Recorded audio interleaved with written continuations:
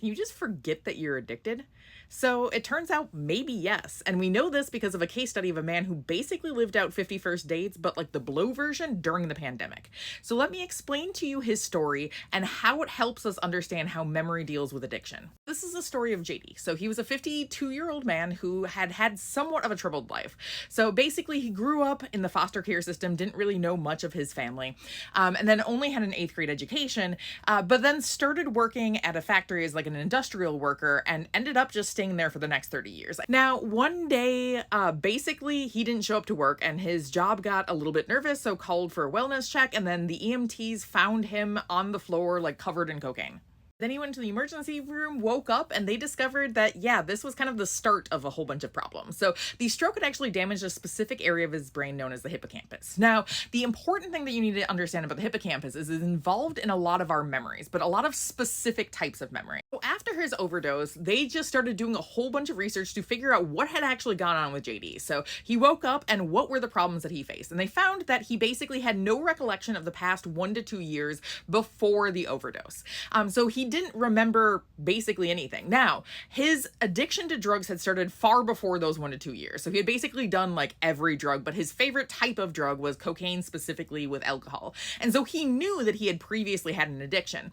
But when he woke up, he couldn't remember like the past 1 to 2 years of like autobiographical things. So he couldn't remember things 1 to 2 years in the past, and he also was unable to form new memory. And what happens in these scenarios is something that is one of the most fascinating things to me in neuroscience, and this is confabulation. So confabulation is this idea of people who are lying, but they're unaware that they're lying. So they don't actually know what they're saying is a lie. So in this case, JD would actually confabulate like discussions with doctors. So he would meet a doctor, and then he would meet him again, but since he had trouble forming new memories, like we're talking about like 1 to 5 minutes his memory would last. So the doctor would come in 30 minutes later and he'd be like, "Oh yeah, I definitely remember you. We just met in that break room down there." And the doctor would be like, "No, we didn't." So in the case of confabulation, people don't actually know that they're lying. It is not like they're purposely misleading people. It's like their brain has been like, "I don't know what happened, so let me just make up this story." We had those two major problems: conform new memories, only 1 to 5 minutes in the future, and forgot the last 1 to 2 years. And this is especially problematic because this occurred during the pandemic. So he basically forgot that the pandemic happened, but was currently still living in the pandemic. So I'm like trying to imagine what this would be like. Like you just wake up and you're like, why are we all wearing masks? Why is nobody going outside? Like that has to be one of the wildest times to actually start having amnesia.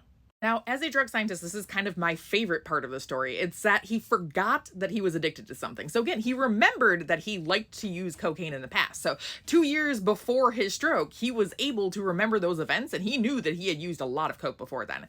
But he forgot his addiction. So he never actually touched cocaine ever again after this stroke.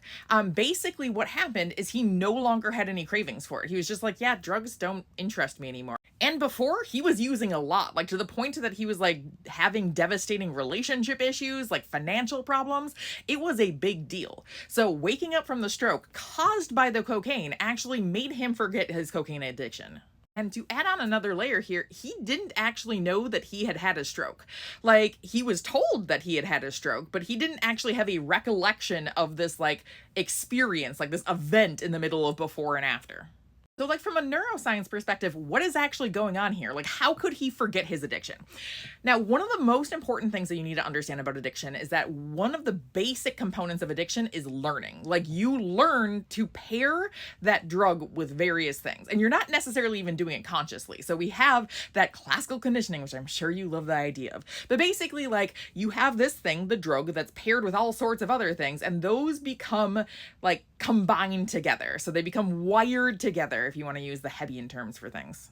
Think of this in terms of like the cologne or perfume of your significant other, and when you smell that, you have that feeling of being with your significant other, which is hopefully something like love.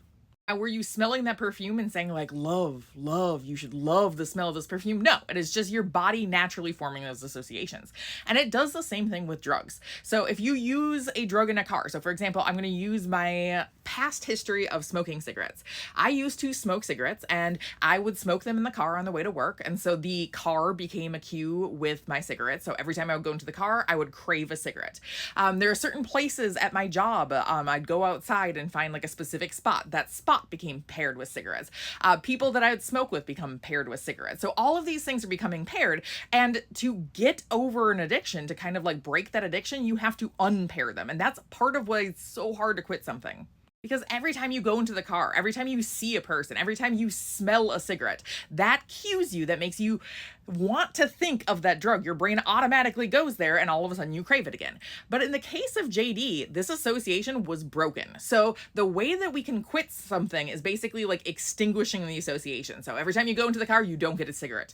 Car, no cigarette. Car, no cigarette. And it sucks because every time you have to just like get over that craving. Like, you know what's coming and you just have to like not give into it. But in the case of JD, there was none of that association anymore. He never had a craving for cocaine again. So the stroke basically like extinguished any association between cocaine and the cues that ever existed. And that's what helped him kick his addiction.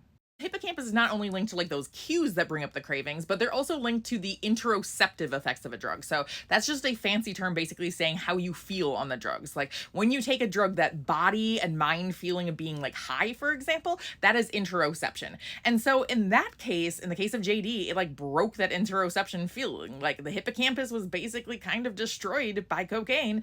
And because of that, he didn't like remember the effects of what cocaine felt like. For once, there's actually kind of like a happy ending to the story. So yes, he'd had a stroke.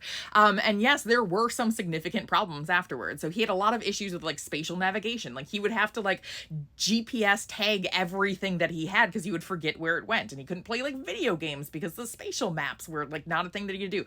Spatial issues were a big thing. And that's because that's directly linked to the hippocampus. But his personality didn't change. His memory actually seemed to get better. And then yes, he was cured of his cocaine addiction. But while this story was unfortunate, it actually helps us neuroscientists figure out what's going on because we can't do these studies ethically. We just kind of have to rely on accidents in the real world. And it helps us understand what things we might need to do to help people quit too. Thank you, JD, for your contribution to weird science.